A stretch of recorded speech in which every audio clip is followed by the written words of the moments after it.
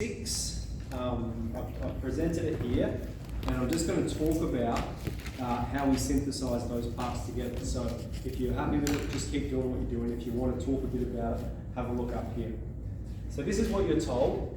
This function, a and b, has this tangent at x is minus 1.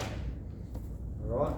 So remember, like I'm just sketching it, if you have a curve, and there's the tangent, if you've got the x value, x is minus 1, then the function and the tangent are both going to have the same y value because it's touching at that point.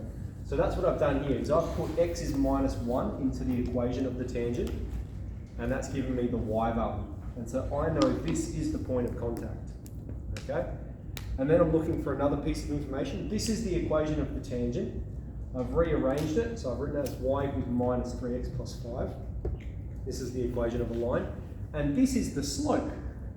So that means that's the slope that we're going to use. So I've extracted the information. In the previous times, that sort of information was given to us. Here we've had to extract it from some other information.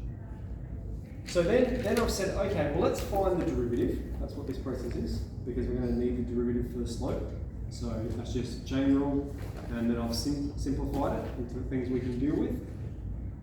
Alright, so we've got the information and we've got the derivative, and now we're ready to come up with two equations.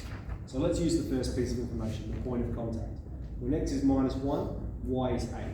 So I'm taking the function, I'm putting 8 on this side, and I'm putting 1 where the x is. So that's that statement, and then we have an equation for a. That's our first equation. Okay, let's apply the second piece of information. We've got the slope is minus 3. When x is minus 1, the slope is minus 3. So I'm taking the derivative equation here.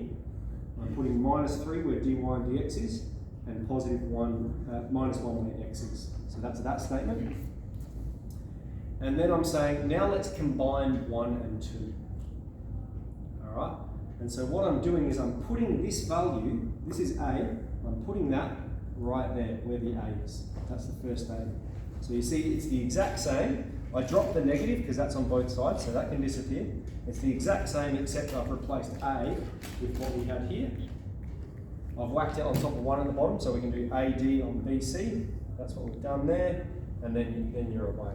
You're off to the hills. All right, so move that up there, expand, collect like terms, and then plug in B3. Okay, that's all. Proceed.